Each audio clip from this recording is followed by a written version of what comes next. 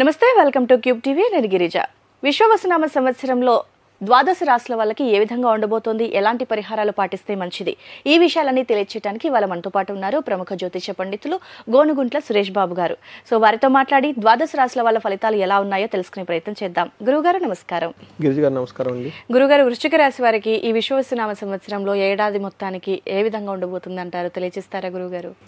వృశ్చిక రాశి చూసుకున్నాం అనుకోండి, ఇందులో ఫస్ట్ నక్షత్రాలు విశాఖ 4వ పాదం, అనురాధ 1, 2, 3, 4 పాదాలు, జ్యేష్ఠ 1, 2, 3, 4 పాదాలు అంతా వృశ్చిక రాశి. మనకి పేరు బలం కనుక చూసుకోండి, ఇందులో తో, నా, నీ, ను, నేనో, యా, ఈ, యు అన్న అక్షరాలంతా కూడా మనకి వృశ్చిక రాశి కింద వస్తారు. మనకి ఇందులో ఆదాయం 2, వ్యయం 14, అంటే వ్యయం చాలా ఎక్కువగా ఉంది. వీళ్ళకి రాజ్యపూజ్యం 5, అవమానం 2, అంటే ఎక్కువగా రెస్పెక్ట్ ఎక్కువ ఇస్తూ ఉంటారు, గౌరవిస్తూ ఉంటారు. ఎందుకంటే పాపం వీళ్ళు ఖర్చు పెడుతూ ఉంటారు కాబట్టి, డబ్బులు తీసుకునే వాళ్ళు గౌరవిస్తూ ఉంటారు కాబట్టి. పాపం వృశ్చిక రాశి వాళ్ళకి ఒక హ్యాపీ న్యూస్ ఏంటంటే అర్ధాష్టమ శని నుంచి వీళ్ళకి చాలా విముక్తి వస్తుందండి. అందుకని చెప్పేసి వీళ్ళు డబ్బులు కూడా ఫ్లో ఎక్కువ ఉంటుంది, డబ్బులు కూడా ఖర్చు పెడుతూ ఉంటారు కాబట్టి జనాలు ఇలా రెస్పెక్ట్ ఇస్తూ ఉంటారు. బట్ ఈ రాశి ఓవరాల్గా చూసుకుంటే చాలామంది చాలా అర్ధాష్టమ శనితో ఇబ్బందులు పడిపోయారు. బట్ ఒక హ్యాపీ న్యూస్ ఏదంటే దాని నుంచి బయటకు వచ్చేస్తారు. అయితే మనకి జనరల్గా ఓవరాల్గా చూసుకుందాం, వీళ్ళకి శని మనకి అందరికీ తెలిసిన మీనరాశిలోకి ప్రవేశిస్తూ ఉన్నారు. మే 14th నుంచి గురుడు వచ్చేటప్పుడు మిథున రాశిలోకి ప్రవేశిస్తూ ఉన్నారు. మే 18th నుంచి రాహువు కుంభరాశిలోకి, కేతు వచ్చేటప్పుడు సింహరాశిలో ప్రవేశిస్తూ ఉన్నారండి. ఈ యొక్క ప్రవేశాన్ని బట్టి వీళ్ళకి వృశ్చిక రాశి వాళ్ళకి ఎలా ఉండబోతుంది అంటే, మనకి లఘు గోచారం, సూక్ష్మ గోచారం అన్న కాన్సెప్ట్ మన జ్యోతిష శాస్త్రంలో మహర్షులు ఇచ్చిన దాన్ని బట్టి చూస్తే వీళ్ళకి ధన సుఖ భ్రంశం, రోగం, వైరం అని చెప్పేసి మనకు చూపిస్తూ ఉందండి. ఇందులో మనకి ఏం చెప్తామంటే ధనం కోల్పోయే అవకాశం ఎక్కువగా ఉంటుంది. 8th హౌస్లో మనకి రాహు ఉండటం వల్ల హెల్త్ కాంప్లికేషన్స్ వచ్చే అవకాశం ఎక్కువగా ఉంటుంది. అంతేకాకుండా వీళ్ళకి గొడవలు అయ్యే అవకాశం ఎక్కువగా ఉంటుంది ప్రొఫెషనల్ మ్యాటర్స్లో. మనకి ఏం చెప్తామంటే అర్ధాష్టమ శనిలో వీళ్ళు పడిన బాధలతో పోలిస్తే ఇప్పుడు ప్రాబ్లమ్స్ ఉన్నాయి, కానీ అవి అంత ఎఫెక్టివ్ కాదండి. అంటే నార్మల్గా వెళ్ళిపోతూ ఉంటే ఎక్కడో చోట బాధలు రాకుండా ఏముండదు. మనకి ఇందులో శని వీళ్ళకి 5వ ఇంట్లో ఉండటం వల్ల, 2వ ఇంట్లో 7వ ఇంట్లో దృష్టి చూడటం వల్ల ఏమవుతుందంటే ఫైనాన్స్ విషయంలో కొంచెం ధనం కోల్పోతారు. 7వ ఇంట్లో దృష్టి ఉండటంలో వైఫ్కి కానివ్వండి, తర్వాత ఒక ప్లేస్ నుంచి ఇంకొక ప్లేస్కి నివాసం షిఫ్ట్ చేసుకోవడం కానీ, ట్రావెల్ చేయడం కానీ ఎక్కువ చేసే అవకాశం ఎక్కువగా ఉంటుంది. గొడవలు పడే అవకాశం ఎక్కువగా ఉంటుంది. అంతేకాకుండా వీళ్ళకి 5వ ఇంట్లో శని ఉండటం వల్ల వీళ్ళు దురలవాట్లు గురయ్యే అవకాశం ఎక్కువగా ఉంటుందండి. అంటే 5th హౌస్లో ఎలాంటి పాపగ్రహం ఉన్నా వాళ్ళకి ఎడిక్ట్స్ అయిపోతారు, ఒక దానికి ఎడిక్ట్ అయిపోతారు. అది గ్యాంబ్లింగ్ కానివ్వండి, బెట్టింగ్లు కానివ్వండి, లేదంటే మనకి ఇంకేం చెప్తారు, కార్డ్స్ ప్లే చేయటం, డైస్ చేసుకోవటం, లేదంటే మనకి టూర్లు వెళ్ళిపోవటం, ఇంట్లో చెప్పకుండా వెళ్ళిపోవటం, అమ్మాయిలైతే అబ్బాయిలతో అలా వెళ్ళిపోవటము, ఈ పనులన్నీ ఎక్కువ చేస్తూ ఉంటారండి.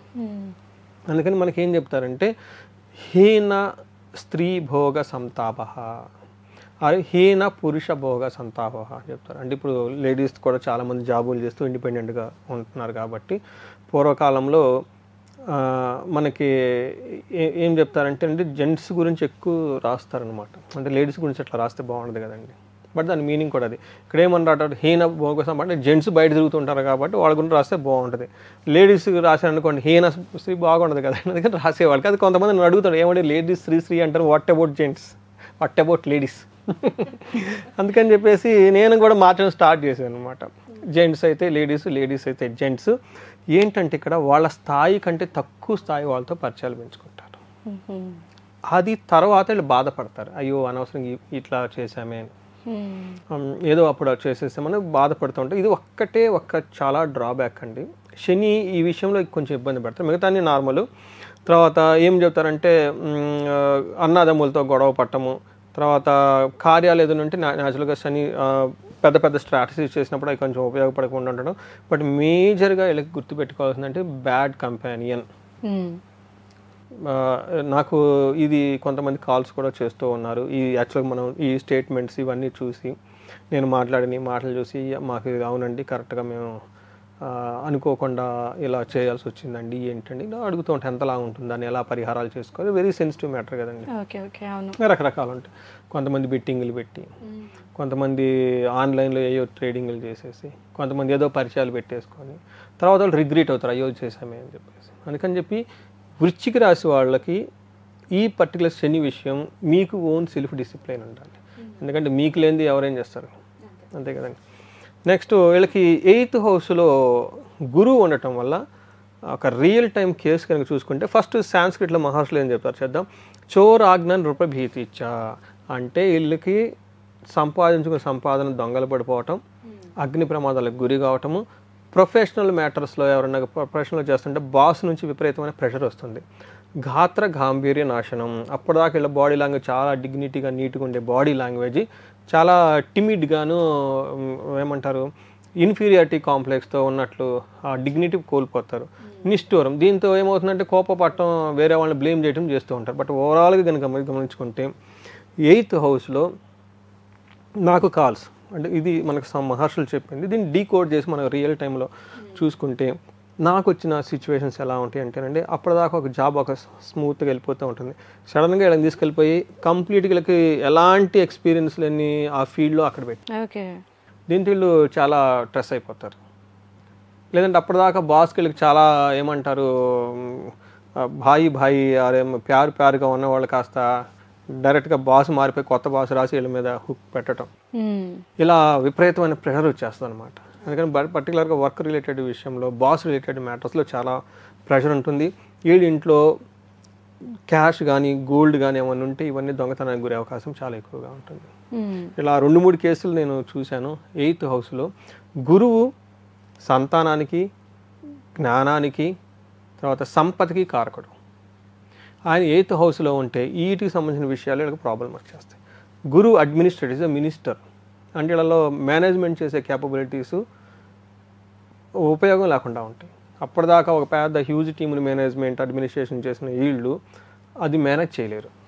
అందుకని చెప్పేసి అష్టమంలో గురువు ఉంటే గురువు వీళ్ళకి యోగ్యతను ఎంచకుండా ఇబ్బంది పడుతూ ఉంటారు. నెక్స్ట్ 4th హౌస్లో రాహు ఉండటం వల్ల ఇది పెద్ద ఇబ్బంది పెట్టే పరిస్థితి ఏం కాదు. బట్ ఓవరాల్గా ఏమంటారంటే వీళ్ళకి స్త్రీ మూలచ్చ భయప్రదం. జెంట్స్ అయితే లేడీస్ వల్ల కొంచెం ప్రాబ్లం క్రియేట్ అవకాశం ఎక్కువగా ఉంటుంది. లేడీస్ అయితే జెంట్స్ ద్వారా కొంచెం ప్రాబ్లమ్స్ ఇబ్బంది పడే అవకాశం ఎక్కువగా ఉంటుంది. గమనాచారిచ గమనే కార్యనాశం చ అంటే ఏదైనా ట్రావెల్ చేస్తుంటే ఆ ట్రావెల్స్ల వల్ల ఇబ్బందులు పడేసి దానివల్ల ఉపయోగం ఏమీ ఉండదు. చిత్తభ్రంశం చిన్ని వాటికి వరకు ట్రబుల్ అవుతూ ఉంటారనమాట. అంటే ఇల్లు నైస్ కట్టుకుంటారు, బాగుంటుంది, పెయింట్ బాగుండదు వీళ్ళకి. ఇలా చిన్న విషయాలకి అంటే చిన్న విషయాల్ని అంటే అంత పెద్ద ఇల్లు కట్టుకుని హ్యాపీగా ఉండకుండా చిన్న పెయింట్ బాగాలని బాధపడుతూ కూర్చుంటారు అనమాట. ఇంటికి సంబంధించిన విషయాలు చిత్తభ్రంశం అంటారనమాట. అంటే ఇల్లు అంతా బాగుంటుంది, నీసుగా ఉంటుంది, గుడికో ఎక్కడికో ఫ్యామిలీతో వెళ్ళాలి, అంతా బాగుంటుంది, వాటర్ బాటిల్ మర్చిపోతే ఇదే వాటర్ బాటిల్ మర్చిపోయి దాని గురించి ఇరిటేషన్ అవుతూ ఉంటారు, అనవసరమైన దానికి చిరాకు పడ్డం. అవునండి. అందుకని పర్టికులర్గా 4th ఇంట్లో లేడీస్కి ట్రబుల్ చాలా ఎక్కువ అవుతుంది అనమాట. జెంట్స్ ఓకే, వాళ్ళు కొంచెం అవుట్ సైడ్లో డామినేటెడ్గా ఉంది నేచర్ కాబట్టి వాళ్ళకి అంత లైట్గా ఉంటుంది. బట్ లేడీస్కి ఎవరైనా ఈ 4th హౌస్లో ఈ రాశి వాళ్ళు ఉంటే ఇట్లాంటి విషయాల్లో కొంచెం కేర్ఫుల్గా ఉంటే బాగుంటుంది. సో వృశ్చిక రాశి వాళ్ళకి ఎస్పెషల్గా రిలేషన్షిప్స్ చాలా డేంజర్ అనేది ఎక్కువగా ఈ ఏడాది వింటున్నాం గురుగారు. సో మరి వీళ్ళు ఓవరాల్గా చూసుకుంటే వీళ్ళ పరిస్థితి కూడా నాకైతే అంతంత మాత్రంగానే అనిపించింది. సో మరి ఎలాంటి విషయాల్లో జాగ్రత్త పడాలి, సో మరిన్ని మెరుగైన ఫలితాల కోసం ఎలాంటి పరిహారాలు చేసుకుంటే మంచిది అంటారు? అంటే వీళ్ళకి ఏ గ్రహము హైలైట్గా సపోర్ట్ చేస్తుంది లేదు, అలానే ఏ గ్రహం కూడా బాగా ఇబ్బంది పెడుతున్నట్లుగా లేదు, మధ్యస్థంగా ఉంది. నేను వీళ్ళకి ఎందుకు బాగుందంటానంటే ఈ అర్ధాష్టమ శనిలో వీళ్ళు పడిన బాధలను చూస్తే ఇవి చిన్న బాధలు, బెటర్. ఒక గురుగ్రహం వీళ్ళకి ఇబ్బంది పెడుతుంది తప్ప మిగతా అన్ని విషయాల్లో బాగుంది. వీళ్ళకి పరిహారాలు కనుక కుంభకోణంలో నవగ్రహ టెంపుల్స్ అని ఉంటాయండి. ఈ టెంపుల్స్ని విజిట్ చేయడం చాలా చాలా ముఖ్యం. గుంటూరు దగ్గర కోటప్పకొండ త్రికోటేశ్వర స్వామి, అక్కడ వీళ్ళకి అష్టమంలో గురువు ఉన్నారండి. అక్కడ మేధా దక్షిణామూర్తి టెంపుల్ కాబట్టి ఆ టెంపుల్కి దగ్గర ఉండటం, అక్కడ టైం స్పెండ్ చేయడం చాలా ఇంపార్టెంట్. అక్కడ గురువారం బృహస్పతి హోమం చేస్తారు, ఆ హోమం చేయించుకోవాలి. పర్టికులర్గా పిల్లలు చదువుకునే వాళ్ళు, కాంపిటేటివ్ ఎగ్జామ్స్ రాసేవాళ్ళు ఎవరు చాలా చాలా ముఖ్యం అది.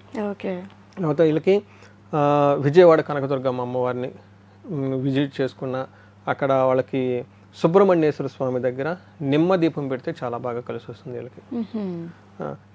వీళ్ళని ఎక్కువ సార్లు తిరుపతి వెళ్ళి వచ్చినా కానీ చాలా బాగా కలిసి వచ్చేస్తుంది. ఓవరాల్గా కనుక చూసుకుంటే వీళ్ళకి ఇవి కాకుండా ఇంకేదైనా కనుక ప్రాబ్లమ్స్ కనుక ఫేస్ చేస్తూ ఉంటే ధనం విషయంలో చాలా బాగుంది. బట్ స్టిల్ ధనానికి ఇబ్బంది పడుతుంటే కుబేర పాశుపతం చేయించుకోవాలి. హెల్త్ విషయంలో ఎవరికైనా కనుక ప్రాబ్లమాటిక్గా ఉంటే అమృత మృత్యుంజయ పాశుపత హోమం చేయించుకుంటూ ఉంటే చాలా బాగుంటుంది. ఇంకా ఏదైనా కనుక అన్ఎక్స్పెక్టెడ్ ప్రాబ్లం ఉంటే మహాన్యాసపూర్వక ఏకాదశి రుద్రాభిషేకం అమావాస్య రోజు చూపించుకుంటే చాలా బాగుంటుందండి. ఓకే గురుగారు, సో ఓవరాల్గా వాళ్ళు ఎలాంటి విషయాల్లో జాగ్రత్తలు తీసుకోవాలి, ఎలాంటి పరిహారాలు చేసుకుంటే మంచిది అనే విషయాన్ని వృశ్చిక రాశి వారికి సంబంధించి చాలా చక్కగా తెలియజేశారు గురువుగారు. ధన్యవాదాలు. నమస్కారం అండి.